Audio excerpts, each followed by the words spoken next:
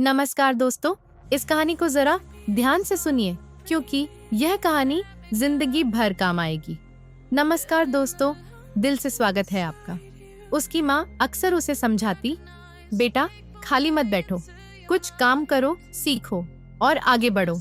लेकिन राजू हर बार उनकी बात को अनसुना कर देता। गांव के ही एक किसान रामू चाचा हर दिन सुबह से शाम तक मेहनत करते थे। उन्होंने एक बार राजू से कहा, बेटा खाली समय इंसान का सबसे बड़ा दुश्मन होता है। अगर तुमने इस समय का सही उपयोग नहीं किया तो यह तुम्हारी सबसे बड़ी हार बन जाएगी।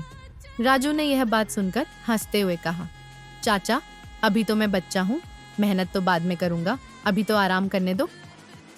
एक दिन गांव में एक बहुत बड़े व्यापारी आए। उन्होंने गांव के बच्चों को बुलाया और कहा, मैं ऐसे बच्चों को नौकरी दूंगा जो मेहनती हों और अपने समय का सही उपयोग करना जानते हों। लेकिन इसके लिए तुम्हें एक परीक्षा देनी होगी। यह सुनकर गांव के सभी बच्चे बहुत उत्साहित हो गए। राजू भी इस परीक्षा में भाग लेने का सोच रहा था, लेकिन उसे लगा कि उसने कभी कोई नया कौशल नहीं सीखा, न कभी किसी चीज में मेहनत की।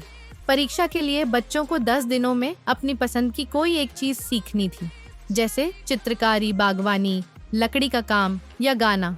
राजू ने पहले 2 दिन खाली बैठे बैठे बर्बाद कर दिए। जब उसने देखा कि उसके दोस्त मेहनत कर रहे हैं तो उसे चिंता हुई।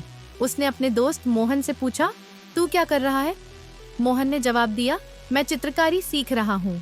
यह मेरा शौक भी है और मुझे लगता है कि इससे मैं अच्छा कर सकता हूँ। राजू को एहसास हुआ कि खाली बैठने की वजह से उसके पास न तो कोई हुनर है और न ही कोई अनुभव। उसने जल्दी जल्दी कुछ सीखने की कोशिश की, लेकिन समय कम था।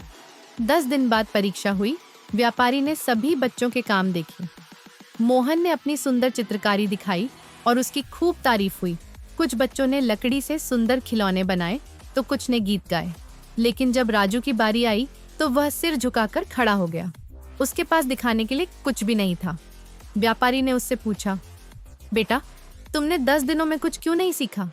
राजू ने धीमे स्वर में कहा, मैंने समय बर्बाद कर दिया।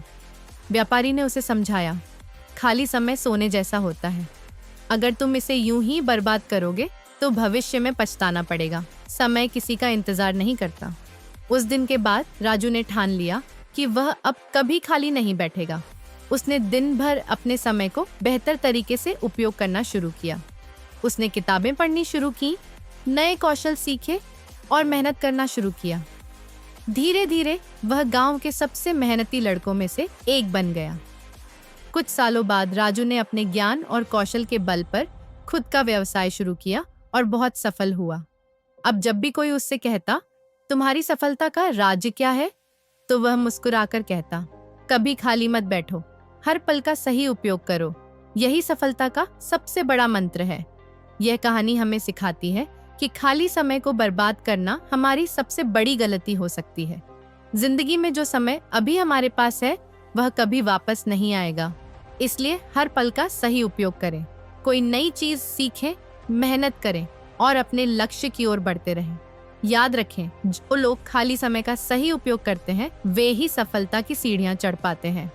तो दोस्तों, अब समय बर्बाद मत करो, उठो, अपने सपनों के लिए मेहनत करो और कभी खाली मत बैठो। धन्यवाद।